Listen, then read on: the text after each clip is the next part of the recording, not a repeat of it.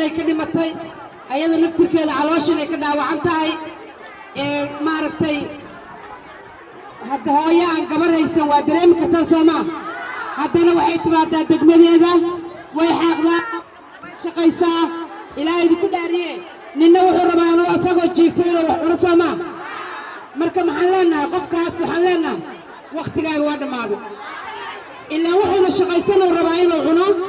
waxay rabaan inay dawladda dhaliilaan waxay rabaan inay dab nagu huriyaan waxay rabaan inay ummadda qarribaan laakiin haweenka waa u jeedaan cimrigaanay ku jirtaa ayagoo hooyaa